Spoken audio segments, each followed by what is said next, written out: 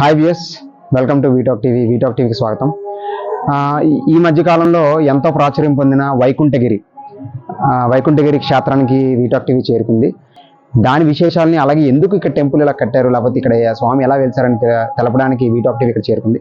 అయితే ఇక్కడ కొన్ని ఆసక్తికరమైన విషయాలను మేము తెలుసుకోవడం జరిగింది. దాన్ని వీడియోలో పూర్తిగా మీకు చెప్తాం. వీడియోని పూర్తిగా చూడండి.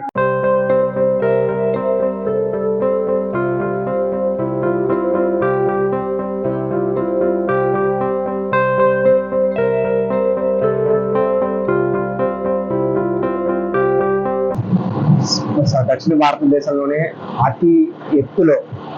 అత్యంత ఎత్తులో దాదాపు 3,333 మీటర్ల ఎత్తులో నిర్మించబడ్డ అనంత పద్మనాభ స్వామి దేవాలయానికి మనం వెళ్ళడం జరుగుతుంది. అసలు ఈ దేవాలయం ఎక్కడ నిర్మించారు, ఎందుకు నిర్మించారు, ఎవరు నిర్మించారు, వెళ్ళే రూట్ ఎలా ఉంది అన్ని చూద్దాం. ఇప్పుడే మనం తాటిపూడి జంక్షన్ బొడ్డవరిని దాటి అమ్మవారిని దర్శించుకొని అనంత పద్మనాభ స్వామి టెంపుల్కి పయనమయ్యాం. అయితే ఈ టెంపుల్ ఇప్పుడు కొంచెం నిర్మించారని తెలిసింది. ఏప్రిల్లో, అంటే 2024 ఏప్రిల్లో ప్రాణ ప్రతిష్ఠ అయితే జరిగింది స్వామివారికి. అయితే ఇప్పుడు ఆ ప్రాంతం ఎలా ఉంది, అసలు వెళ్ళడానికి అనువుగా ఉందా, అసలు అక్కడ పరిస్థితులు ఏంటి, అక్కడ వసతి సౌకర్యాలు ఏంటి, భోజన సౌకర్యాలు ఏంటి అన్ని కూడా ఈ వీడియోలో మీకు పూర్తిగా చెప్పడం జరుగుతుంది. వీడియో పూర్తి వరకు చూడండి. ముఖ్యంగా మనం ఇక్కడ అనంత పద్మ స్వామిని దర్శించుకోవాలంటే ముందు కాశీపట్నం, పెందుర్తి నుంచి అరకు వెళ్ళే రూట్ లో, అంటే ఎస్కోట నుంచి అరకు వెళ్ళే రూట్ లో కాశీపట్నం అనే ఊరుంది. ఈ కాశీపట్నం కూడా ఎంత విషయం ఉంది, ఈ వీడియో గురించి నెక్స్ట్ చూద్దాం. దాన్ని కూడా మీకు చెప్పడం జరుగుతుంది. కాశీపట్నం నుంచి రైట్ సైడ్ తిరిగితే, కాశీ జంక్షన్ నుంచి కొంచెం ముందుకు వచ్చి రైట్ సైడ్ తిరిగితే మనకి ఇలా ఒక రూట్ అనేది కనిపిస్తుంది.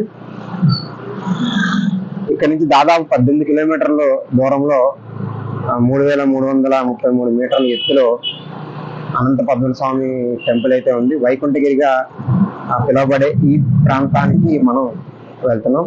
వీటాక్ టీవీ ఎక్స్క్లూజివ్ విజువల్స్ మీకు చూపిస్తుంది.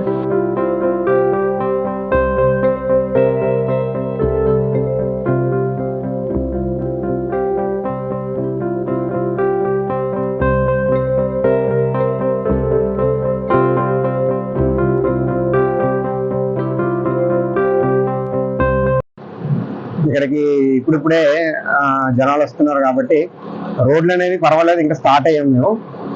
వెళ్తున్న రోడ్లు ఎలా ఉంటాయి ఒకసారి చూద్దాం. ఇక్కడ మీకు కార్లు కానీ బస్సులు కానీ అంటే ఏ వెహికల్స్ అనువుగా ఉంటాయి అనేది కూడా పూర్తిగా ఈ వీడియోలో మీకు చెప్తాం. చూడండి, వెళ్తున్నప్పుడు ఎంత అద్భుతంగా లొకేషన్స్ అనేవి ఉన్నాయో.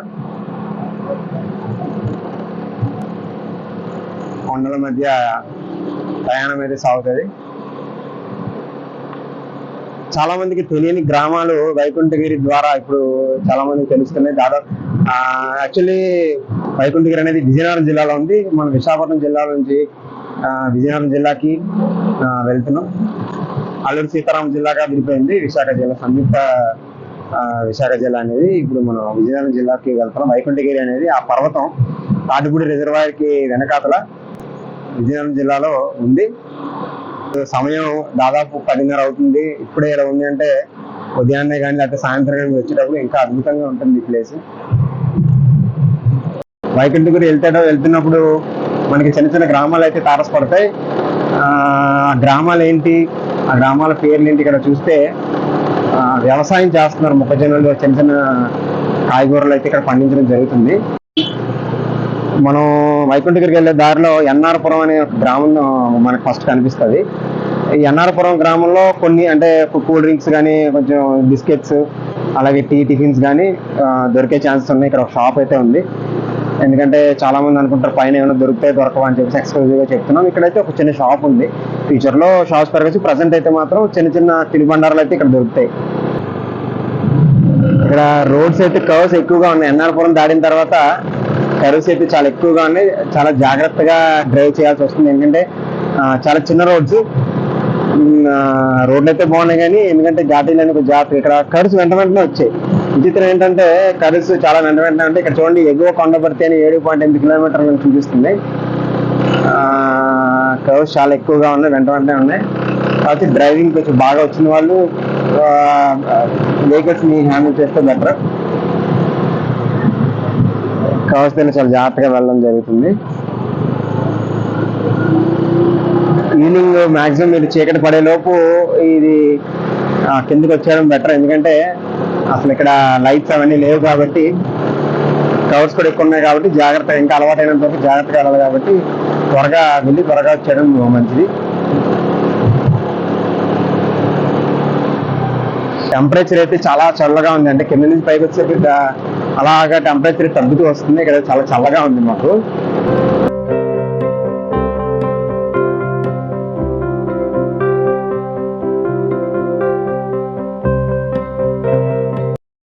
వైకుంఠగిరికి 5 కిలోమీటర్ల దూరంలో ఒక స్ప్రింగ్ వ్యాలీ అనే రిసార్ట్స్ ఇక్కడ చూడడం జరిగింది. ఇక్కడ మనకైతే food, luxury rooms, pool, wifi, అలాగే ఇక్కడ కాంటాక్ట్ నెంబర్లు కూడా ఇచ్చాడు. మీరు ఈ స్క్రీన్ మీద ఆ నెంబర్లు చూడొచ్చు. ఇక్కడ ఫుడ్ అవైలబిలిటీ అంటే చాలా మంది అనుకోవచ్చు ఫుడ్ 12:30, 1 తర్వాత ఇక్కడ దొరికే ఛాన్స్ అయితే ఉన్నాయి.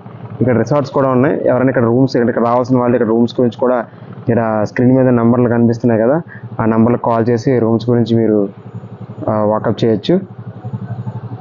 కేవలం 5 కిలోమీటర్ల దూరంలో ఈ రిసార్ట్స్ని ఇక్కడ నిర్మించారు. ఇక్కడ ఒక స్కూల్ ఉంది, స్కూల్ జోన్ కోటపర్తి, డీకే పర్తి అనే ఊర్లో వచ్చాం మనం. ఇది 3వ గ్రామం. వైఎస్ఆర్ గ్రామం ఒకటి, నెక్స్ట్ అంకేపురం, అలాగే ఇక్కడ డీకే పర్తి, 3 గ్రామాల తర్వాత ఇక్కడ ఒక టవర్ని కూడా నిర్మించడం జరిగింది. ఇక్కడ రౌండ్ బట్టి ఇది ఎయిర్టెల్ సంబంధించిన సెల్ ఫోన్ టవర్స్. ఆల్రెడీ గిరిజన ప్రాంతాల్లో టవర్స్ అడిగేస్తారు, ఒక వీడియోలో మీకు చూపించాం, అది కూడా మీరు చూడొచ్చు. మనకి కాశీపట్నం నుంచి ఆటోలు కూడా విరివిగా దొరుకుతాయి. మీరు కాశీపట్నం దగ్గర వైకుంఠపురానికి ఆటోలు కంటిన్యూగా ఉంటాయి. మీకు ఆ ట్రాన్స్పోర్ట్ కూడా అక్కడ నుంచి ఉంది. అంటే ఎవరైనా ఎస్కోట్ నుంచి అరకు వెళ్ళేటప్పుడు బస్సు దిగి ఆటో మీద కూడా రావచ్చు.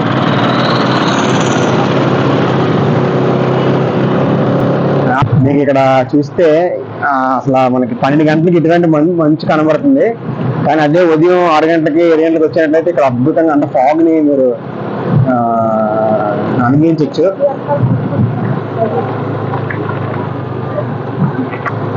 నాకు తెలిసి వంజంగి లాంటి ప్రాంతం ఇది కూడా.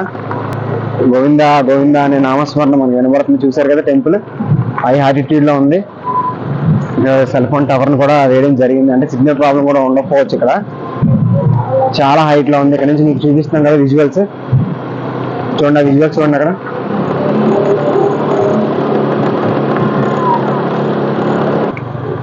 ఇక్కడ వరకు అయితే రోడ్డు చాలా బాగుంది. ఇక్కడ జస్ట్ టెంపుల్ దగ్గర కొంచెం వర్క్ జరుగుతుంది కాబట్టి కొంచెం మట్టి రోడ్డు ఉంది, కానీ మిగతా అంతా మీరు హ్యాపీగా కార్లో కానీ, మినీ బస్సెస్లో కానీ, వ్యాన్స్లో కానీ వచ్చేయచ్చు.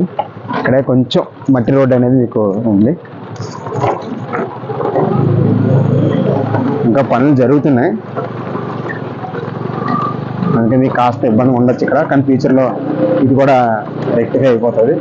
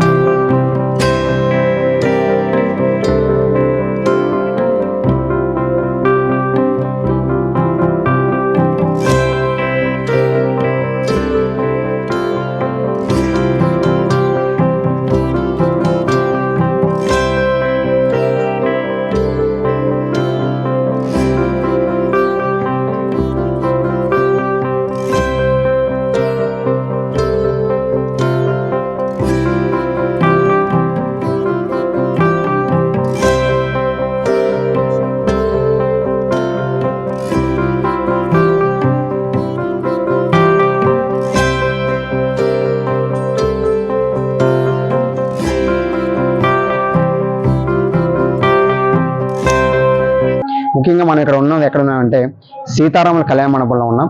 ఇక్కడ ఒక కళ్యాణ మండపాన్ని ప్రత్యేకంగా సీతారాముల సాక్షిగా కట్టడం జరిగింది. ఇక్కడ వివాహాలు జరుగుతాయని, అలాగే స్వామివారి కళ్యాణోత్సవాలు జరుగుతాయని ఇక్కడి దేవస్థానానికి సంబంధించిన వ్యక్తులు చెప్పడం జరిగింది. వాటి పూర్తి వివరాలని వీడియోలో చూపిస్తాం కాబట్టి వీడియోని పూర్తిగా చూడండి. ఎన్నో విశేషాలని, ఆసక్తికర విషయాన్ని, అలాగే ఇక్కడ ఎలా ఉండాలి, ఎటువంటి వస్తువులు తెచ్చుకోవాలి, ఎటువంటి వస్తువులు తేకూడదు అనేది కూడా ఈ వీడియోలో మీకు చూపిస్తాం.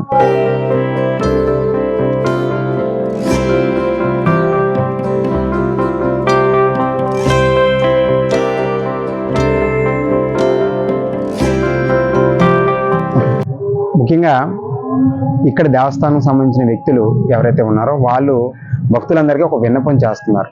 అదేంటంటే బ్యాక్గ్రౌండ్లో మీరు చూస్తున్నారు కదా, టెంపుల్ అనేది అసంపూర్తిగా కట్టింది, అంటే ఇంకా కడుతున్నారు.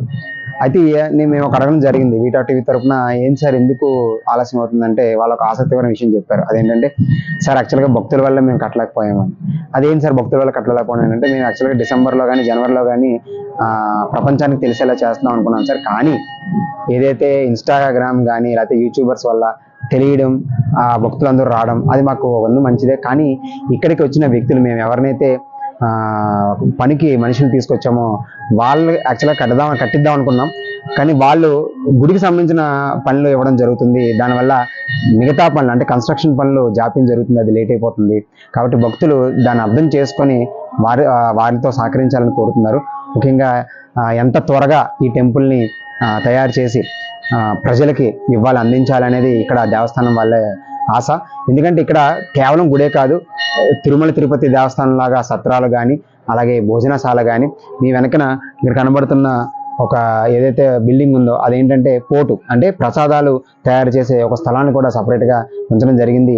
ప్రసాదాలతో పాటు సత్రాలు, అలాగే ఎన్నో రకాల కార్యక్రమాలు, కళ్యాణాలు అన్నీ, అంటే స్వామివారికి సంబంధించిన అన్ని కార్యక్రమాలు ఇక్కడ చేయాలని వీళ్ళు సంకల్పించి ఉన్నారు. కాబట్టి భక్తులు కూడా దాన్ని దృష్టిలో పెట్టుకొని ఇక్కడికి రావాలని, అంతేకాకుండా ప్లాస్టిక్ రహితంగా ఈ ప్రదేశాన్ని ఉంచాలని, అంటే ప్లాస్టిక్ వస్తువులు ఉంచకుండా ఇటువంటి అందమైన ప్రదేశాన్ని పాడు చేయకుండా ప్లాస్టిక్ని, అంటే మీరు ఏదైనా వచ్చేటప్పుడు సపరేట్ కవర్స్ తెచ్చుకొని, మీరు తెచ్చుకుని ప్లాస్టిక్ బాటిల్స్ దాంట్లోనే మరలా తీసుకువెళ్ళిపోయేలా ఉండాలని చెప్పేసి దేవస్థానం వారు కోరుతున్నారు. కాబట్టి కాస్త చూసుకోండి. అయితే ఇప్పుడైతే ఇక్కడ భోజన వసతులు అవి కొంచెం ఇంకా స్టార్ట్ అవ్వలేదు. కొంచెం కిందకి వెళ్తే, ఇక్కడ ఒక 2 కిలోమీటర్స్ కిందకి వెళ్తే భోజనం మధ్యాహ్నం 12 గంటలకి 1 గంటకి దొరికే ఛాన్సెస్ ఉన్నాయి.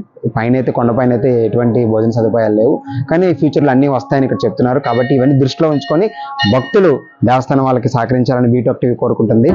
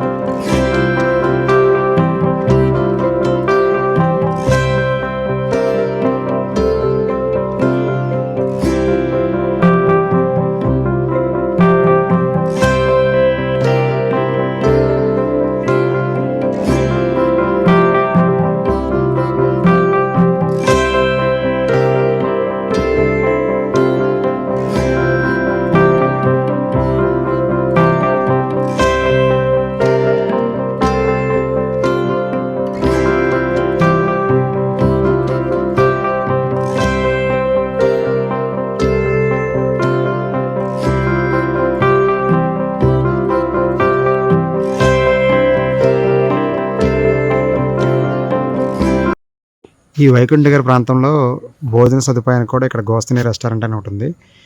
ఇక్కడ స్టార్ట్ చేసి 3 days అయిందంట. ఇక్కడ ఫ్రైడ్ రైస్లు, మీల్స్ అవి దొరుకుతున్నాయి. అంటే చాలామందికి వీటి గురించి తెలియదు. అలాగే పక్కన కొన్ని రిసార్ట్స్ ఉన్నాయి. రిసార్ట్స్ కూడా వీళ్ళు అద్దెకిస్తారంట 3000 per day. మీకు నెంబర్ని కూడా కిందన ఇస్తాము. ఆ నెంబర్కి మీరు కాంటాక్ట్ అయినట్లయితే వాళ్ళు దానికి సంబంధించిన వివరాలు మీకు పూర్తిగా తెలిస్తే ఫుడ్ ఉంటుంది, అలాగే వస్తుంది.